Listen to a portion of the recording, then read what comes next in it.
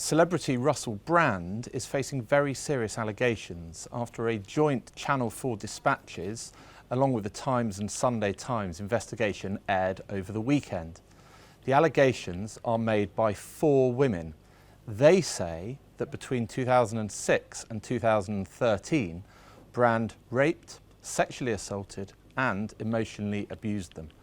It's worth saying that Brand denies the women's claims. His denial was contained in a YouTube video which he put out at the weekend.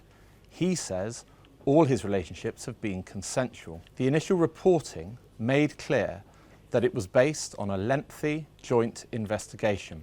One complainant, who goes by the name of Alice, has said that she was groomed by Brand as a 16-year-old schoolgirl. She says that a BBC chauffeur was involved in ferrying her from school to Russell Brand's home. She says that she didn't appreciate at the time that she was being groomed. An important aspect to this story is where Brand was working at the time of the alleged behaviour. At the time of the allegations, he worked for BBC Radio 2 and for Channel 4. He was also a Hollywood actor. This morning, MP Caroline Nokes has said that celebrity can act as a shield for abusive behaviour. So this is not just an issue for Russell Brand himself. This is also an issue for the BBC, for Channel 4 and for the whole entertainment industry. As reported in today's Sun, both the BBC and Channel 4 have launched urgent investigations into whether they ignored complaints about Russell Brand.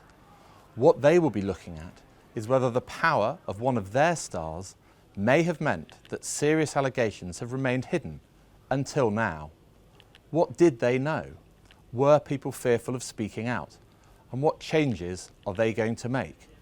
To maintain the trust of the public, it's often wise to appoint someone independent from outside the organisation to investigate. Time will tell whether the BBC decide to do that or to mark their own homework.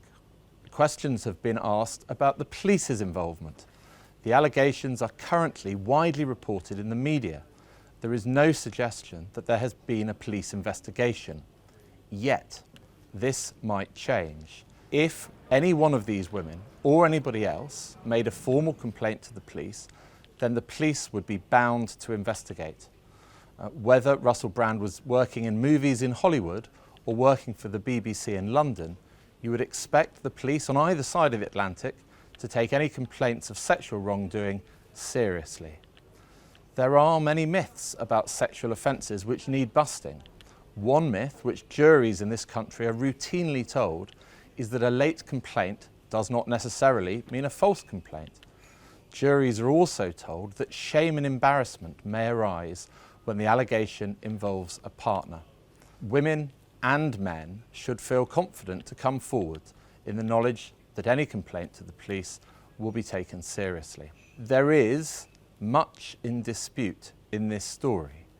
Russell Brand, as I have said, denies the allegations that were made over the weekend, but it raises very serious issues. Issues about power, about influence, about the duty of care of broadcasting companies, and about tolerating unacceptable behaviour. Has a blind eye been turned? Is there a wider problem? This is being debated by our politicians, including the Prime Minister today. Whatever happens next, there are undoubtedly questions for Russell Brand and for others to answer.